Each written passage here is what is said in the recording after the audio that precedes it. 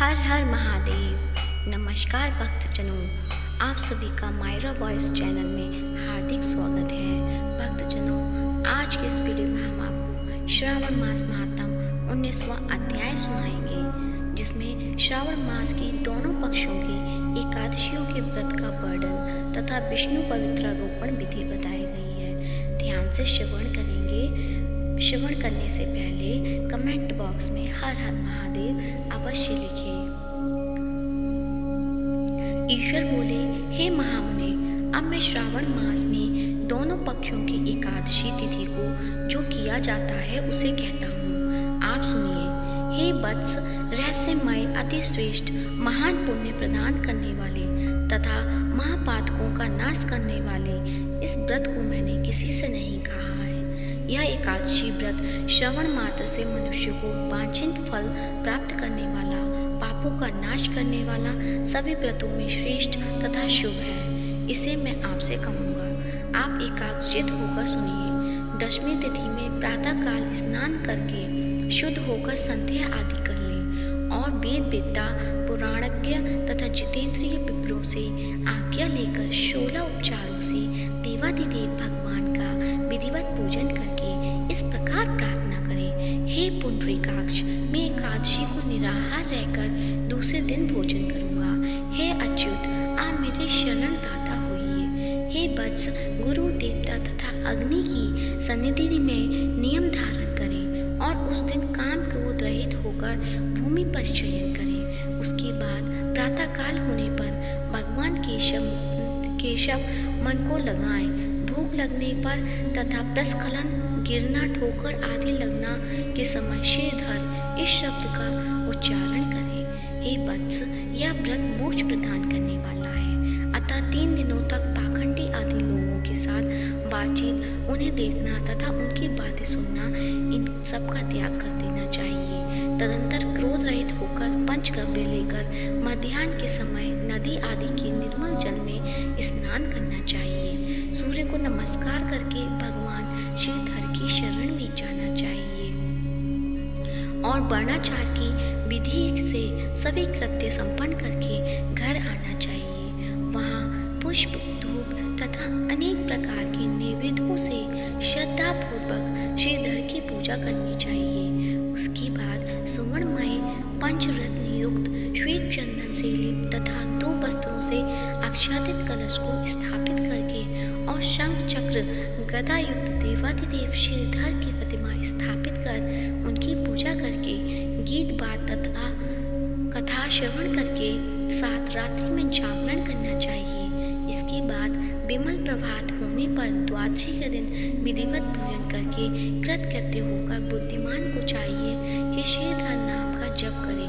इसके बाद उन चक्र तथा गदा धारण करने वाले देव देवी श्रीधर की पुनः पूजा करें और सुवर्ण दक्षिणा सहित कलश ब्राह्मण को प्रदान करें। उस समय ब्राह्मण को विशेष करके नवनीत अवश्य प्रदान करें। इस प्रकार प्रार्थना करें, भगवान श्रीधर, आज आप मुझ पर प्रसन्न होइए और मुझे अक्षुत लक्ष्मी प्रदान करें। हे मुनिश्रेष्ठ, इस प्रकार उच्चारण करके जगत गुरु श्रीधर से प्रार्थना करके श्रेष्ठ ब्राह्मण को भोजन कराकर अपनी सामर्थ्य अनुसार दक्षिणा देनी चाहिए।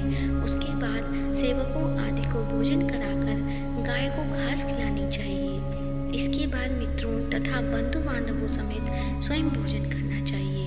हे सनत कुमार, मैंने आपको यह श्रावण मास की शुक्ल पक्ष की एकादशी व्रत विधि बतला दी। इसी प्रकार कृष्ण पक्ष की एकादशी में भी करना चाहिए। दोनों व्रतों में अनुष्ठान समान है, केवल देवताओं के नाम में भेद है। जनार्दन मुझ पर प्रसन्न हो, यह वाक्य बोलना चाहिए। शुक्ल पक्ष की एकादशी के देवता श्रीधर है और कृष्ण पक्ष की एकादशी के देवता जनार्दन है। हे सनत कुमार, यह मैंने आपसे दोनों एकादशियों के व्रत का वर्णन कर दिया है। इस एकादशी व्रत के समान पुण्य व्रत ना तो कभी हुआ है और न होगा। आपको व्रत गुप्त रखना चाहिए और दुष्ट हृदय वाले को नहीं प्रदान करना चाहिए। ईश्वर बोले, हे सनत कुमार, अब मैं द्वादशी तिथि में होने वाले श्री हरि के पवित्रारोपण व्रत का वर्णन करूंगा। पिछले अध्याय में देवी की कही गई पवित्रारोपण विधि के समान ही इसका भी पवित्रारोपण। इसमें जो विशेष बात है उसे मैं बताऊंगा, सावधान चित्त होकर सुनिए। हे महामुनि, इस व्रत के लिए जो अधिकारी बताया गया है उसे आप सुने। ब्राह्मण, क्षत्रिय, वैश्य, शूद्र तथा स्त्री, इन सभी को अपने धर्म में स्थित होकर भक्ति पूर्वक पवित्रारोपण करना चाहिए। दुष्ट को चाहिए कि अथो देवा अवंतु नो यतो विष्णु वर्चित क्रमे पृथिव्या सप्तधार में भी इस मंत्र से विष्णु की पूजा करें। स्त्रियों तथा शूद्रों के लिए नाम मंत्र है जिनके द्वारा वे विष्णु की पूजा करें। इसी प्रकार द्विज कदुरदाय इस मंत्र से शिव जी की पूजा करें। स्त्रियों तथा शूद्रों के लिए नाम मंत्र है जिसके द्वारा वे शिव जी की पूजा करें। सतयुग में मणिमय, त्रेता में सुवर्णमय, द्वापर में रेशम का और कलयुग में कपास का सूत पवित्र के लिए बताया गया है। सन्यासियों को शुभ मानस पवित्रारोपण करना चाहिए। बनाए गए पवित्र को सब प्रथम बांस की सुंदर टोकरी में रखकर शुद्ध वस्त्र से ढककर भगवान के सम्मुख रखें और इस प्रकार करें। ये प्रभु, क्रियालोक के विधान के लिए जो आपने आच्छादन किया है, हे देव, आपकी प्रसन्नता के लिए मैं इसे करता हूँ। हे देव, मेरे इस कार्य में विघ्न न उत्पन्न हो। हे नाथ, मुझ पर दया कीजिए। हे देव, अब सब प्रकार से सर्वदा आप ही मेरे परम गति हैं। हे जगतपते, मैं इस पवित्र से आपको प्रसन्न करता हूँ। ये काम, क्रोध आदि मेरे व्रत का नाश करने वाले ना हो। हे देवेश, आप आज से लेकर वर्ष पर्यंत अपने भक्त की रक्षा करें। आपको नमस्कार है। इस प्रकार कलश में देवता की प्रार्थना करके बांस के शुभ पात्र में स्थित पवित्र की आदरपूर्वक प्रार्थना करनी चाहिए। हे पवित्र, वर्ष भर की गई पूजा की पवित्रता के लिए विष्णु लोक में आप इस समय यहाँ पधारे, आपको नमस्कार है। हे देव, मैं विष्णु के तेज से उत्पन्न होकर मनोहर सभी पापों का नाश करने वाले तथा सभी कामनाओं को पूर्ण करने वाले इस पवित्र को आपके अंग में धारण करता हूँ। हे देवेश, हे पुराण पुरुषोत्तम, आप मेरे द्वारा अभिमंत्रित हैं अतः आप मेरे समीप पधारे, मैं आपका पूजन करूँगा। आपको नमस्कार है। मैं प्रातःकाल आपको यह पवित्र निवेदन करूँगा। उसके बाद पुष्पांजलि देकर रात्रि में जागरण करना चाहिए। एकादशी के दिन अधिवासन करें और द्वादशी के दिन प्रातःकाल पूजन करें। पुनः हाथ में गंध, दुर्वा तथा अक्षत के साथ पवित्र लेकर ऐसा कहें, हे देव देव, आपको नमस्कार है। वर्ष पर्यंत की गई पूजा का फल देने वाले इस पवित्र को पवित्रीकरण हेतु आप ग्रहण की। मैं जो भी दुष्ट कृत किया है उसके लिए आप मुझे आज पवित्र कीजिए।